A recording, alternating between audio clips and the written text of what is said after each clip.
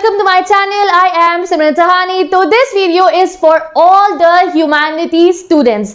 तो all the humanities family, जिस भी बच्चे के पास ह्यूमैनिटीज है, चाहे आप 11th में आए हो या आप 12th के स्टूडेंट हो, and if you are having humanities तो you know that I am Simran Sahani, तुम तो जानते ही हो। और मैं आप लोगों को ह्यूमैनिटीज के सारे ही जितने हमारे सब्जेक्ट्स होते हैं उन्हें पढ़ाने की अपनी तरफ से पूरी कोशिश करती हूँ। पॉलिटिकल, हिस्ट्री, ज्योग्राफी, सबका सिलेबस मैं 12th का कंप्लीट करवा चुकी हूँ। अब आप लोगों की न्यू क्लासेस मेरे चैनल पे चल रही है, ठीक है। तो ह्यूमैनिटीज के लिए आप लोग मेरी वीडियो देखते हो, आपके सीनियर्स ने भी आपको बताया होगा।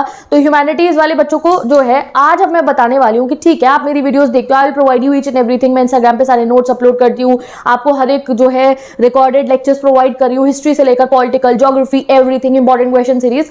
But being a student of humanities आपको पढ़ना कैसे है, ये रिसोर्सेज जो मैं आपको प्रोवाइड कर रही हूँ इनको आपको यूटिलाइज कैसे करना है, कैसे हमारे जो इतने लेंदी सब्जेक्ट्स हैं, ठीक है, जिनको टाइम चाहिए पढ़ने के लिए, उसे आप कैसे टैकल करने वाले हो, that I will tell you in this video for the 11th and 12th दोनों। मैं तुम्हें प्रॉपर बता रही हूँ कि जब आप घर पे हो, आपको जब सेल्फ स्टडी करनी है तो आप ह्यूमैनिटीज का एक एक सब्जेक्ट है, वो हिस्ट्री हो, पॉलिटिकल हो, ज्योग्राफी हो, इकोनॉमिक्स हो, आपको अपने सब्जेक्ट्स को कैसे पढ़ना है, डे टू डे आप ऐसे कैसे पढ़ना है आपको कि भैया आपने 2 चैप्टर पढ़ लिया तो आप वो जो चैप्टर है जब 3rd पे आओ तो उसे भूलो ना, क्योंकि इतना कुछ लर्निंग का होता है। इतने लंबे लंबे क्वेश्चन आंसर्स को देख के हमें लगता है यार इनकी रट्टाफिकेशन करे, तो भाई रट्टाफिकेशन नहीं करनी है। तो will go through each and every problem that you will face when you are a humanities student, और उस प्रॉब्लम का सॉल्यूशन भी, because I am humanities topper and पिछले 5 सालों से मैं ह्यूमैनिटीज की एजुकेटर हूं, तुम लोगों को मेंटोर कर रही हूं, तो आई नो क्या प्रॉब्लम्स आएंगे और उन्हें डील कैसे करना है एंड राइट ट्रैक क्या है। तो राइट ट्रैक के लिए सबसे पहली चीज मार्क कर लो guys, reading is very important. आप अगर ह्यूमैनिटीज के स्टूडेंट हो तो आपको रीडिंग बहुत ज्यादा करनी है, समझ समझ के रीडिंग करनी है। अब रीडिंग किस चीज की, अपनी एनसीईआरटी की। मैं कोई रिफ्रेशर नहीं रेफर कर रही हूं आपको, किसी और चीज को रीड मत करना, सिर्फ और सिर्फ आपकी एनसीईआरटी की। अगर आपने रीडिंग करी है खुद से चैप्टरों की एक एक 2-2 बारी, तो योर सिलेबस जो है इतना इजीली कंप्लीट होगा। और वो जो तुम कहते हो कि हमें पढ़ने के बाद ऐसा लगता है कि हम इतने बड़े बड़े क्वेश्चन आंसर्स को लर्न नहीं कर पाएंगे, या पढ़ के भूल रहे हैं, या समझ नहीं आ रहा है, वो नहीं होगा। तो step 1, if you are a humanities student, जो आपको फॉलो करना है, चाहे आप 11 में हो चाहे आप 12th में हो, तो that is reading of chapters. Yes, तो एनसीईआरटी की रीडिंग इज मस्ट, ये बात को ध्यान रख लो हर एक ह्यूमैनिटीज का स्टूडेंट। अगर आप एनसीईआरटी को रीड नहीं करोगे तो चाहे आपको चैप्टर समझ में आ चुका हो, आई नो आप लोग क्या करते हो, आप आते हो 11th 12th के अंदर, यू सर्च द चैप्टर, आपने हिस्ट्री का चैप्टर 1 सर्च करा, राइटिंग एंड सिटी लाइफ, तुम लोगों ने चैप्टर देखा and then you keep on commenting me कि दीदी आप सेकंड चैप्टर पढ़ाओ, दीदी आप सेकंड चैप्टर पढ़ाओ। 12th वाले स्टूडेंट्स को मैंने देखा, मैंने एंड ऑफ बाइपोलैरिटी और वो जो है चैलेंजेस पढ़ा दिया, और हिस्ट्री के जो है क्लास 12th के शुरू के 2 चैप्टर पढ़ा दिया है। You are keep on commenting कि दीदी 3rd पढ़ाओ, 4th पढ़ाओ। Obviously I will be teaching you, obviously मैं सारे के सारे चैप्टर्स को पढ़ाऊंगी, but I want to ask you कि क्या आपने मेरी वीडियो देखने के बाद खुद से चैप्टर को रीड करा है? मैं स्कूल वाली रीडिंग की बात नहीं कर रही हूं, क्या घर आके खुद से चैप्टर रीड करा? अगर नहीं करा है तो I am telling you, topper बनने का सफर फिर मुश्किल हो जाएगा। तो आप मेरी वीडियो देखने के बाद भी guys, I am telling you, ठीक है, कि आप लोगों को मेरी वीडियो देखने के बाद भी, या वीडियो देखने से पहले करे हो तो सही, कोई बात नहीं, ऑब्वियसली वीडियो देखने के बाद पढ़ो। क्या करना है, पूरी एनसीईआरटी को रीड करना है, क्योंकि जब आप मेरी वीडियो देखते हो तो उसके बाद तुम्हें चैप्टर ऐसा लगता है हलवा रे यार ये तो बहुत आसान है, तो मुझे बहुत समझ में आ जाएगा, इट इज क्रिस्टल क्लियर। अब अगर उसके बाद तुमने एनसीईआरटी रीड कर ली तो तुम्हें जो लर्निंग मुश्किल लगती है वो आसान हो जाएगी। क्योंकि क्या होता है गाइस, आपका जो आपकी बार पेपर आएगा क्लास 12th का, क्लास 11th का, जो आपका पूरा सीयूईटी रहने वाला है वो सिर्फ एनसीईआरटी पे आधारित होने वाला है। हर क्वेश्चन जो आपके ह्यूमैनिटीज में आपके जो पेपर में आने वाला है, चाहे वो पॉलिटिकल का हो, हिस्ट्री का हो, ज्योग्राफी का हो, सोशियोलॉजी का हो, साइकोलॉजी का हो, वो सिर्फ और सिर्फ एनसीईआरटी बुक से ही आएगा, उससे बाहर नहीं आएगा। जो लैंग्वेज होगी क्वेश्चन की वो उन्हीं जो है आपके एक चैप्टर के जो 8-10 पेजेस, 12 पेजेस, 15 पेजेस है, उन्हीं के बीच में से बन के आएगा। एनसीईआरटी की एक एक लाइन पे क्वेश्चन बन के आ सकता है। तो फर्स्ट थिंग, जैसे आप 11th में आए हो, 12th में आए हो, एनसीईआरटी को रीड करो, पूरे चैप्टर्स को रीड करो, पेंसिल लो हाथ में, साथ में अपने रजिस्टर रखो, एक जो कुछ इंपॉर्टेंट लगे उसमें साथ में लिखते रहो। रीडिंग ऑफ द, मेरे लिए तो फायदा ना, मैं कहूँ तुम आओ मेरे यूट्यूब चैनल से पढ़ लो, मैं सब पढ़ाती हूँ, मैं तुम्हें ये सजेस्ट करूंगी और हो गया तुम्हारा काम। नहीं, मेरा काम तुम्हें टॉपर बनाना है, ह्यूमैनिटीज के टॉपर बनवाना है। तो उसके लिए आई एम टेलिंग यू, मेरी वीडियोस से देखने के बाद तुम्हें क्या करना है, रीडिंग करनी है। आई रिमेंबर, जब पता है मैं क्लास 11th में आई थी ना, मैं तो 9th-10th में भी टॉपर रही हूँ, बचपन से ही टॉपर थी मैं तो, ठीक है। 11th-12th में भी बहुत अच्छे मार्क्स आए, ठीक है। तो भाई क्या हुआ, 12th में I was the topper of my school, ठीक है, 97% आई मेरी, एंड 10th में भी। But I am telling you, जब मैं 11th में आई थी और 11th में आके पॉलिटिकल की जब मैंने पढ़ना शुरू करा, बुक जो हमारी फर्स्ट बुक है पॉलिटिकल की, क्लास 11 स्टूडेंट्स आप भी शायद इस चीज़ को कनेक्ट कर सकते हो मेरे से, हो सकता है आपके साथ ऐसा हुआ हो, इंडियन कॉन्स्टिट्यूशन एट वर्क वाली जो हमारी बुक है, मैंने जब पहला chapter constitution why and how पढ़ा था, मेरे होश उड़ गए थे, मुझे इतना मुश्किल लग रहा था। वो मुश्किल क्या लग रहा था? मुश्किल एनसीईआरटी में लिखी हुई लैंग्वेज लग रही थी। जब मैंने उस एनसीईआरटी को रीड करा लैंग्वेज को, तो मैं बहुत डर गई कि यार ये तो मुझे समझ में नहीं आ रहा है। देन ऑब्वियसली इसको जब मैंने उसको बहुत अच्छे से पढ़ा, धीरे धीरे समझ में आ गया। But for that I am here, मैं तुम्हें एनसीईआरटी की लैंग्वेज समझाऊंगी, पूरा अच्छे से पढ़ाऊंगी, बट उसके बाद भी you have to read the NCERT. अब आती है थर्ड चीज। हर आपको इंसान को, आपने देखा होगा जब आप ह्यूमैनिटीज के स्टूडेंट हो तो आप लोगों को कई लोग कहते होंगे नोट्स बनाओ, नोट्स बनाओ, नोट्स बहुत इंपॉर्टेंट है, नोट्स बनाओ। और नोट्स आप लोग क्या करते हो? नोट्स बनाने के अंदर आई हैव सीन स्टूडेंट्स, आप पूरी पूरी एनसीईआरटी को कॉपी कर देते हो, जो है कॉपी डाउन करके नोट्स के अंदर। वो भी ठीक है, चलो कर लोगे तो ऐसी मेहनत, कोई मेहनत खराब नहीं होती। अगर तुमने एनसीईआरटी देख के भी उतार ली ना, बहुत कुछ माइंड में सेव हो जाता है। तो अगर तुमने वैसे नोट्स भी बनाए तो ये मत सोचना तुम्हारा कोई नुकसान हुआ है, क्योंकि जितनी मेहनत करे हो वो बढ़िया। But I am telling you notes कैसे बनाने हैं आपको ह्यूमैनिटीज के। जैसे आप 11th में हो, जैसे आप 12th में हो, आप अपना फर्स्ट चैप्टर देख लो पॉलिटिकल का। 11th का फर्स्ट चैप्टर है कॉन्स्टिट्यूशन आया ना हो, एंड 12th की पॉलिटिकल का पहला चैप्टर है एंड ऑफ बाइपोलैरिटी। अभी ठीक है, ये चैलेंजेस मान लो आप बुक 2 का। तो आपको क्या करना है? आपने वीडियो देख ली, चैप्टर को रीड कर लिया, उसके बाद नोट्स कैसे बनाने हैं? आपको उसके हर टॉपिक के क्वेश्चन आंसर सॉल्व करके देखने हैं। जो फर्स्ट टॉपिक है, जैसे पहला आपका constitution and why and how का पहला टॉपिक आता है फंक्शंस ऑफ द कॉन्स्टिट्यूशन, जो रोल परफॉर्म करिए कॉन्स्टिट्यूशन। तो there are basically 5 to 6 function जो है हमने पढ़ने हैं। तो आपको उसका क्वेश्चन बनाना है, what are the functions of constitution, और फिर वो 5 फंक्शंस को आप लिख लो। तो रैदर देन आप नोट्स बना रहे हो, आपको क्या करना है? डायरेक्ट क्वेश्चन आंसर सॉल्व करने हैं अपने पास में। ह्यूमैनिटी स्टूडेंट को बोलो एंड ऑफ बाइपोलैरिटी का पहला क्वेश्चन बनेगा आपका, what was the Soviet system, Soviet union है क्या? तो उसमें हम लिखते हैं मुझे आज रट्टे पड़े हैं। कोई मैं अगर सुनाने लगूँ क्वेश्चन तो कहेगा कोई कि रट्टाफिकेशन करती है ये लड़की, बट नहीं, मैं अब इतना पढ़ा चुकी तो पूरे दिमाग में ऐसा बच चुका है। The union of Soviet socialist Republic came into being in the after the revolution, ये वो करके पूरी जो हमारी एनसीईआरटी की लाइन है, वो तो एनसीईआरटी की लाइन रट गई है अब। तो आप लोगों को भी कह रही हूँ, ऐसा होगा जब तुम 2 बार रीड कर लोगे ना, तुम्हें एनसीईआरटी की लाइन रट जाएगी, तो ऐसा लगेगा कि तुमने स्कैन करके आंसर बना के लिखे। तो क्या करना है? जैसे हमारा एंड ऑफ बाइपोलैरिटी का पहला क्वेश्चन क्या है? What was the Soviet system.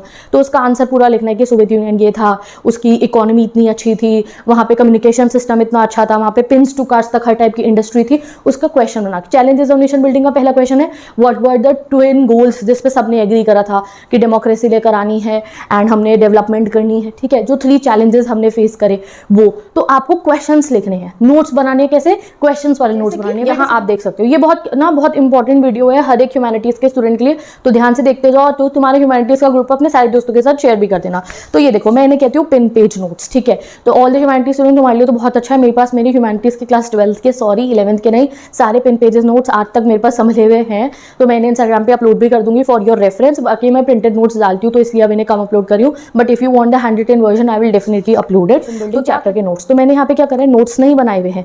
यहाँ आप देख सकते हो, ये ग्रीन पेन से क्वेश्चन लिखा हुआ है और ये ब्लू पेन से मैंने आंसर बना रखी है। देखो, ये हर एक topic, I will read the question, तो 12th वालों को समझ में आ जाएगा। Discuss the process of partition, ये पूरा एक टॉपिक है, मैंने इसका क्वेश्चन बना दिया। और पॉइंट्स में हमें कैसे आप एग्जाम में नंबर कब मिलेंगे? जब हम पॉइंट्स में आंसर लिखेंगे। पैराग्राफ पे नंबर नहीं मिलते हैं 11th 12th ह्यूमैनिटी स्टूडेंट, याद रख लो। तो पॉइंटर्स बना दिए। Discuss the consequences of partition, तो इसके ना 12 पॉइंट बनाया मैंने, क्योंकि मेरे समय पे ना 12 मार्कर्स आ रहे थे, तो 12 पॉइंट में इसका आंसर कर दिया है। अब जैसे हमारा चैलेंज ऑफ नेशन बिल्डिंग का एक टॉपिक है महात्मा गांधी का सैक्रिफाइस बताओ, तो मैंने बस ये लिख दिया डिस्कस महात्मा गांधी के सैक्रिफाइसेस। तो पूरा प्रॉपर इसको हमने यहाँ पे बना दिया। हैदराबाद का जो केस हुआ था उसका पूरा बना दिया। ठीक है, ये रहा मेरे साइकोलॉजी का, I had psychology in class 12 और मेरी साइकोलॉजी में 11 मेरी थी ऑब्वियसली।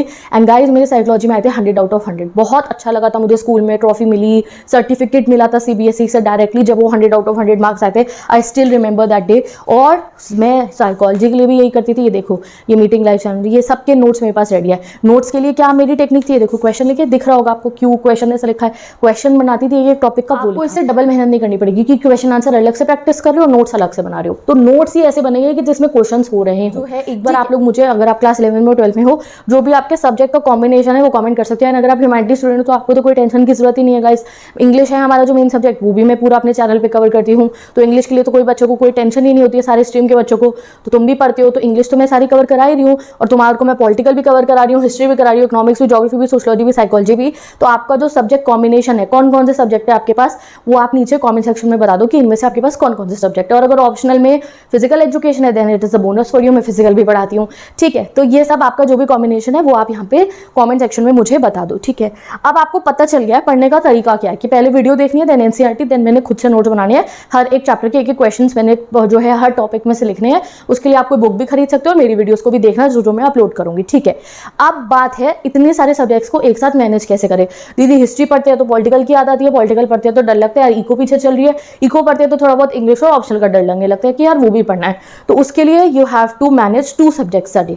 एक दिन में बस 2 ही सब्जेक्ट पढ़ना। अगर इकोनॉमिक्स है तो इकोनॉमिक्स को डेली रखो, अगर इकोनॉमिक्स नहीं है तो आपको क्या करना है, सुबह पढ़ी पॉलिटिकल, जैसे स्कूल से आए हो तो घर आए हो, अभी तो छुट्टियां चल रही है बट स्टिल पॉलिटिकल पढ़ी, ठीक है। पॉलिटिकल के बाद में ज्योग्राफी पढ़ ली। 2 सब्जेक्ट्स ईच डे आपको पढ़ने हैं। चारों सब्जेक्ट, जैसे आप पॉलिटिकल भी पढ़ रहे हो, हिस्ट्री भी पढ़ रहे हो, ज्योग्राफी भी पढ़ रहे हो, थोड़ी सी इंग्लिश भी पढ़ रहे हो, चारों सब्जेक्ट जो आपकी मेन है वो एक दिन पे नहीं पढ़ने। 2 सब्जेक्ट्स ईच डे पढ़ने। इनफैक्ट एक हफ्ते तक 2 सब्जेक्ट ईच डे चलाना, कि एक हफ्ते पूरा पॉलिटिकल और ज्योग्राफी पढ़ी, अगले हफ्ते हिस्ट्री और इंग्लिश कर ली, ठीक है। इस तरीके से आपको अपना रूटीन बनाना है। Separate notebooks for each subject is very must. सबकी सेपरेट नोटबुक्स बनानी है। Question answer from each topic scan करके लिख लो, यानी कि स्कैन करके लिख लो मतलब क्या है मेरा, मैंने आपको अपने नोट्स में दिखाया है। और रेफरेंस बुक की बात करो तो गाइस जाओ मेरे इंस्टाग्राम आईडी पे जाओ, वो कोई रेफरेंस बुक से कम नहीं है। वहां पे आपके ह्यूमैनिटी स्टूडेंट के लिए हिस्ट्री, ज्योग्राफी, पॉलिटिकल के हर एक सब्जेक्ट के एक चैप्टर्स के नोट्स गिवन है, इंपॉर्टेंट क्वेश्चन गिवन है, उन्हीं को अगर प्रिंट आउट करा के पढ़ लिया दैट्स इट, वही रेफरेंस बुक बन जाएगी आपकी, ठीक है। तो if you don't want to buy any reference book, जाओ मेरे इंस्टाग्राम आईडी पे, वहां से जाके आप सारे नोट्स डाउनलोड कर सकते हो, उनका प्रिंट आउट निकलवा लो। बहुत सारे बच्चे ऐसे करते हैं, मैं 15 इंपॉर्टेंट क्वेश्चन अपलोड करती हूँ, उन्हीं में से सारा पेपर आ जाता है, ठीक है। तो वो वहां से जाके आप रेफर कर सकते हो। इंस्टाग्राम आईडी पे सभी नोट्स गिवन है, it is free of cost, बस डाउनलोड कर लेना और उसका प्रिंट आउट आप निकलवा सकते हो, ठीक है जी। तो नोट्स की भी क्लैरिफिकेशन हो चुकी है। अगर आपको स्टडी मटेरियल चाहिए तो लास्ट प्रीवियस ईयर क्वेश्चन की कोई टेंशन मत लो, कब पढ़ेंगे गाइस, कुछ नहीं है। अगर तुमने ये जैसे मैंने नोट्स दिखाए अपने, अगर वही कर लिया ना, वही प्रीवियस ईयर क्वेश्चन में आ रहे होते हैं। और प्रीवियस ईयर क्वेश्चन भी ऑब्वियसली हम प्रैक्टिस करेंगे, वो अभी धीरे धीरे और समय जब बीत जाएगा तब मैं कोई सीरीज चलाऊं प्रीवियस ईयर क्वेश्चन की, तब हम प्रैक्टिस कर लेंगे। अभी आपको क्या करना है, चैप्टर को समझना है, चैप्टर की रीडिंग करनी है और कुछ टॉपिक वाइज क्वेश्चन जो है उन्हें सॉल्व करना है, एनसीईआरटी बैक क्वेश्चन को सॉल्व करना है, लास्ट में आना प्रीवियस ईयर क्वेश्चन पे। और जब आप लास्ट में प्रीवियस ईयर क्वेश्चन पे आओगे आप कहोगे ये तो सारे मुझे आते हैं, क्यों? क्योंकि हर टॉपिक का क्वेश्चन हम कर चुके हैं, हम एनसीईआरटी बैक कर चुके हैं, दैट मीन्स प्रीवियस ईयर सारे अपने आप ऑटोमेटिकली हो चुके होंगे, ठीक है। एंड जो मोस्ट इंपॉर्टेंट चीज मुझे आपको बतानी है वो है you have to focus on NCERT, that's it. आपके पास कोई रिफ्रेशर भी नहीं है ना तो भी आप टॉपर बन जाओगे। If you are referring to your NCERT, for humanity student की बात कर रही हूँ, बाकी की अभी नहीं कर रही हूँ। अगर आप ह्यूमैनिटीज़ के स्टूडेंट हो and you are having your NCERT, वो तुम्हारा जो है ना इस समय पे इसको अगर पढ़ लिया आपने ध्यान से, इसके अगर क्वेश्चन सॉल्व कर लिया, इसके हर टॉपिक का क्वेश्चन सॉल्व कर लिया, तो आपके इस साल 100% मार्क्स आएंगे। मैं ये बता रही हूँ आपको, कोई आपको कुछ करने की जरूरत नहीं है। जब आपको टाइम मिले घर पे जो है आप फ्री बैठे हो तो ये नहीं करना है स्क्रोलिंग कर लूँ, बातें कर लूँ दोस्तों से। आप एनसीईआरटी को रीड करना शुरू कर देना। वीडियोस देख के तो चैप्टर समझते ही हो, एनसीईआरटी को रीड कर लेना, पूरा पेपर यहाँ से बन के आएगा। पिछले 10 सालों के पेपर उठा लो आप और कोई क्वेश्चन ऐसा नहीं होगा जो एनसीईआरटी से इधर उधर का हो। सेम टू सेम वही क्वेश्चन आपके जो है एनसीईआरटी के थ्रू आएंगे। तो और सीयूईटी के लिए भी, अगर आप ह्यूमैनिटीज़ के और आप सीयूईटी का एग्जाम देने जाओगे, टोटल एनसीईआरटी बेस्ड है। तो इस बुक को पूरा बढ़िया से सजा के रख लो अपने स्टडी टेबल पे। एनसीईआरटी पढ़ने में अब जो दिक्कत आती है कि लैंग्वेज समझ नहीं आती, तो उसके लिए I am here with all of you. मैं आपको एक एक सब्जेक्ट के एनसीईआरटी का ऐसे एक्सप्लेनेशन दूंगी कि आपको वो लैंग्वेज बहुत ना, पता है जब एनसीईआरटी की लैंग्वेज समझ में आ जाती है ना तो अच्छी लगती है कि वाह यार किस बढ़िया तरीके से इस बात को घुमा फिरा के लिखा गया। जैसे अब मैं पढ़ती हूँ ना तुम लोगों की एनसीईआरटी बुक, तो मुझे लगता है यार कितना बढ़िया वे में इस चीज़ को प्रेजेंट करा गया है। बट जब मैं 11th में थी 12th में थी मुझे वो समझ में नहीं आता था, क्योंकि तब मैं छोटी थी, इतनी नॉलेज नहीं थी। अब but I have that knowledge, तो मैं तुम्हें वो जो पेचीदा लैंग्वेज है उसको ईजी करके समझा देती हूँ अपनी वीडियोस में। तो मेरी वीडियोस देखो, एनसीईआरटी पढ़ो और खुद के नोट्स बनाने टॉपिक वाइज। ओके, तो with this list and this video playlist check कर लो, मैंने डिस्क्रिप्शन बॉक्स में ह्यूमैनिटीज़ के ज़्यादातर सभी सब्जेक्ट्स की लगा दी है, वहां से जाके आप पढ़ना शुरू कर दो। एंड मीनवाइल वेट करो हमारी न्यू क्लासेस का। Bye bye.